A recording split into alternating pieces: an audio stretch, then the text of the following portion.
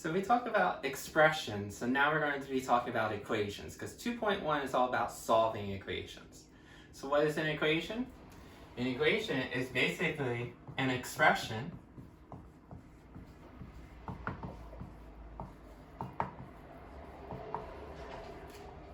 with an equal sign.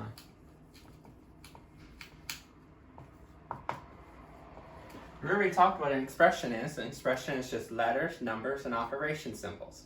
Variables, constants, coefficients, and operation symbols. But an equation just means that we have an equal sign in them. Now when we had expressions, there was two different things we want to point out. When you have an expression, usually your directions will say that you want to simplify.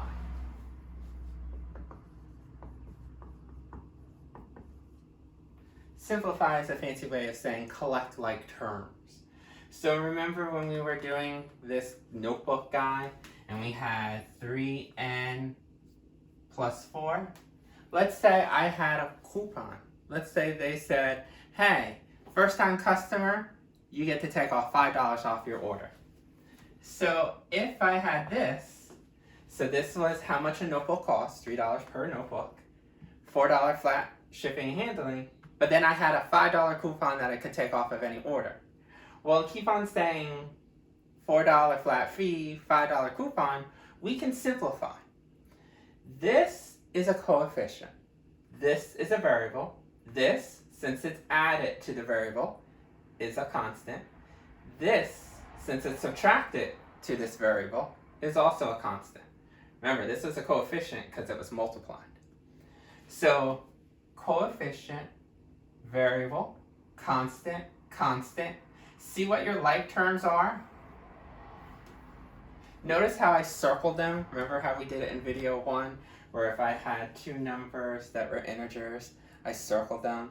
And then every time I do my circling, anytime I'm collecting, I'm actually doing tug of war. So this is a positive, this is a negative, and when you have different signs, you know you're going to subtract. Who wins that tug of war game? 4 players or 5 players? You know team 5 wins. So that means we're going to have negative 1. Remember, 4 and 5, different signs, subtract. That's why we get 1. And we already said 5 players win. That's team negative, so that's why it's negative 1. So this is simplified. Okay? So simplify is something that you do with expressions, that you can get things that are very long and make them shorter and less complex by collecting anything that's like. What are like? Variables with other variables, constants with other constants. Notice this is not combined. We did not say this is 2n because this is a coefficient, variable, constant. Nothing like, so we can't combine any further. Only do variables with variables, coefficients with coefficients, constants with constants. Another thing that you can do with expressions is a lot of times they'll ask you to maybe evaluate. Evaluate just means plug in. So if I said, hey, Sally had the coupon and she was going to be ordering notebooks for this website. If Sally decides to buy 5 notebooks, because she has 5 courses this semester, how much would that cost? Well, evaluate, a lot of times you'll hear people say, that just means substitute or plug in. So every time I see n, I'm going to plug in 5. You know that you do your multiplication before subtraction, so 15 minus 1 will get 14. So when we evaluate or plug in, when n is 5, we found out the cost was 14. Now this can change. We might say, well, since she doesn't have that many courses, it's the summer. She only wants to buy 2 notebooks. So again, plug in instead of a 5, a 2. So we would have 6 minus 1, that means $5. So with expressions, you can have the directions be simplified or evaluate. But when it comes to equations,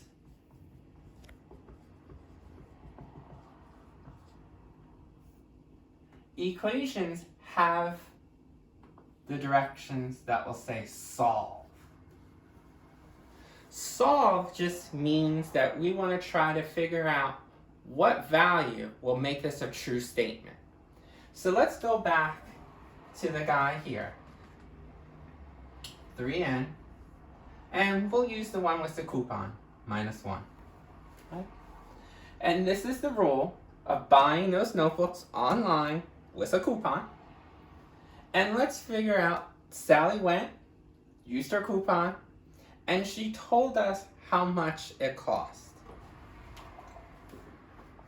She said, by the way, I used this wonderful website and it cost me $23. So what we want to do is solve, because she didn't tell us how many notebooks. She said, yeah, it was great. I had a $5 coupon. It cost $23. Great. But I want to figure out how many notebooks did she actually get for $23. So we want to solve. Now solving is where we're going to get the letter by itself. Okay? So we're going to start introducing to these steps here. Now I know these steps seem very long and complex, but we're going to be using these same steps in 2.2. So that's the reason why they seem very long and detail oriented. They're great when we get to the harder problems. So it says this: draw a line where the equal sign is located.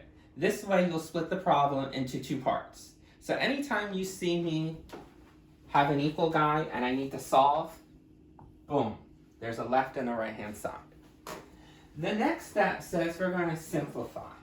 We're going to look at one side of the equation at a time. When we look at one side, we ask ourselves, do we have any parentheses? If we have parentheses, we need to remove it by distributing. Distributing is a fancy way of saying multiply. When you multiply, remember, you use that tic-tac-toe board to get the signs. Then, after getting rid of any parentheses, or if there is no parentheses, you want to see if they have any like terms. Remember how we talked about constants with constants and coefficients with other coefficients? Yeah. With us, you can see I don't have any like terms.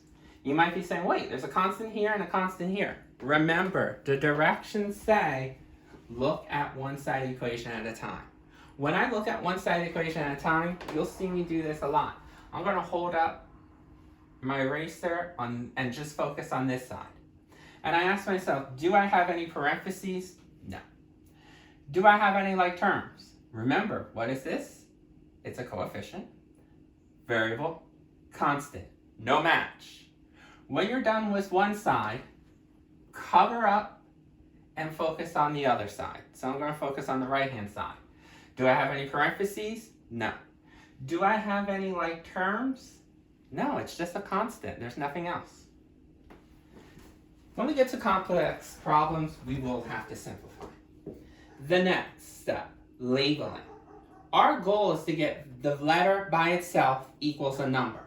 Right now, the letter's not by itself.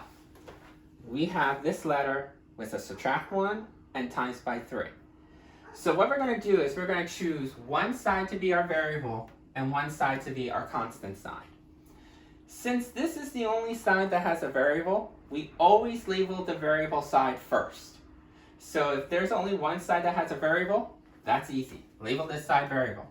I know some of you say, well, they're both constants on this side. Always label the variable side first. Once you do that, then the other side must be constant. We'll get to harder problems where there's variables on both sides, and we'll tell you what to do then. The third step, the moving step. The reason why I put those labels on top is because in our problem, only the left side can be a variable, and only the right side can be a constant. Anything that's not on the appropriate side needs to move. How do we move? We move all terms to the appropriate side by doing something called the additive inverse. Additive inverse is a fancy way of saying opposite sign. So if you have a -2, then the additive inverse would be a +2. Same number, just opposite sign. Once we move anything, then you want to do is collect like terms. Collecting. A lot of times you'll see me do this. Collect. Think of it as circling. Anytime I use the word collect, think of it circling. And when I circle, I use tug of war. Okay? So here, 3's coefficient. There's no side that says coefficient, so I'll leave the 3 here alone. N is a variable. Ooh, it's on the variable side, so it doesn't move. It's on the correct side. Remember, variables on this side, constants on the right. Notice this 1 is not a letter. It is a constant because it's subtracted. It's a constant. Ooh, doesn't belong on the variable side. It needs to move to the constant side. Basically, anytime that you're crossing the border, you have to change the sign. So instead of this being -1, we're going to make it a +1. Now what I'm saying is that the moving step is a balancing step. They have told you this many times before. Whatever you do on one side of the equation, you must do on the other side. So if I do a +1 over here on the left, to keep it balanced, you have to do a +1 on the right.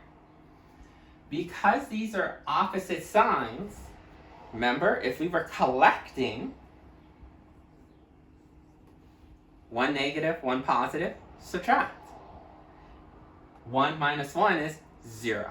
So anytime you have the same numbers but opposite signs, they cancel out. Okay? That's what additive inverse does. Over here, we have a 23 plus 1. This is a positive. See how I circle? This is a positive as well. Why is this a positive? There's no sign, so it's understood as positive. What do we do when we have two positives? Remember, from the first videos, same signs, add. So we get 24. Who wins the tug of war? One player or 23? Team 23, and team 23 is positive. So we're getting closer. I don't have n by itself yet, but I'm getting closer. This is where the fourth step and our final step comes into play. The divorcing step. Now that we got things on the appropriate side, we have the variable on the left and we have a constant on the right.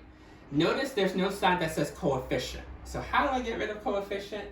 Well, in step 4, it says separate the coefficient from the variable by dividing both sides by that coefficient and its sign. We'll talk about in a minute when coefficients are a fraction. This definitely doesn't have a fraction. So how do I get rid of this 3? Well, since this is a coefficient, we're going to divide. Not only by the number, but its side. We're not doing any opposites here. The only time I ever do opposites in sign is only in the moving step. Nowhere else. Not in the simplifying step, not in the divorcing step. Got to keep it the same label. So this is positive 3. I'm going to divide this side by positive 3.